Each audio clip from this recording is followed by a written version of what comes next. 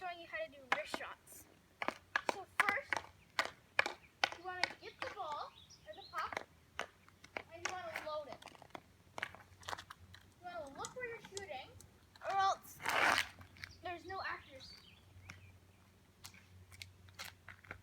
So, you load it, you look where you're shooting, you track through the tape, and you fire. You don't want your hand too close, or else there's no power. So a good length would be an elbow. See where my top hand is at the top of my stick?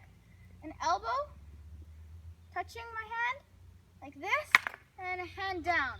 So this would be for stick handling. This is for shooting.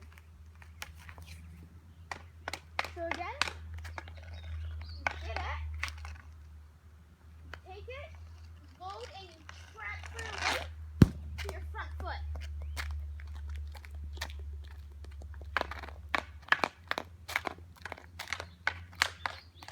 And look what happens if my hand is too close. Not very good shot. So just keep your hands like this, and you'll have lots of power and accuracy. Thank you.